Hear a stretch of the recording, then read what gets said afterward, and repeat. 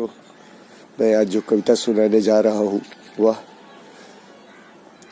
सुभद्रा कुमारी चौहान जी की रचना है, जो अपनी कालजयी रचनाओं में से एक है। उनकी कविता का शीर्षक है कदम का पेड़।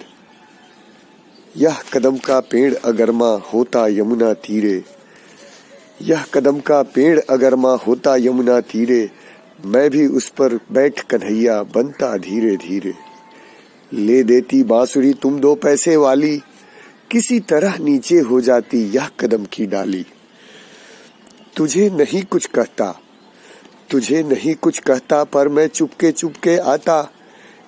इस नीची डाली से अम्मा ऊंचे पर चढ़ जाता, वहीं बैठकर फिर बड़े मजे से मैं बांसुरी बजाता। अम्मा अम्मा कह बंसी के स्वर में तुझे बुलाता। सुन मेरी बंसी को माँ, सुन मेरी बंसी को माँ, तुम इतनी खुश हो जाती।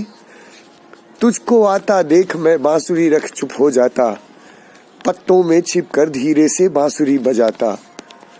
गुस्सा होकर मुझे डांटती, कहती नीचे आजा, पर जब मैं ना आता हंसकर कहती मुन्ना राजा।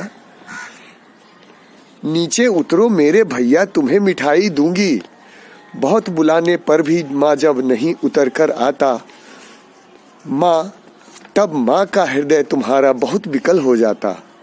तुम आंचल फैलाकर अम्मा वहीं पेड़ के नीचे ईश्वर से कुछ विनती करती बैठी आंखें नीचे। तुम्हें ध्यान में लगी देखकर मैं धीरे धीरे आता और तुम्हारे फैले आंचल के नीचे छिप जाता।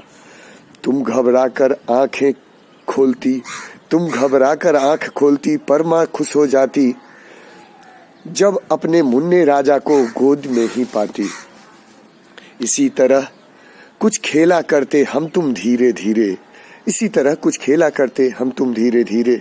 यह कदम का पेड़ अगर माँ होता यमुना तीरे, यह कदम का पेड़ अगर माँ होता यमुना तीरे।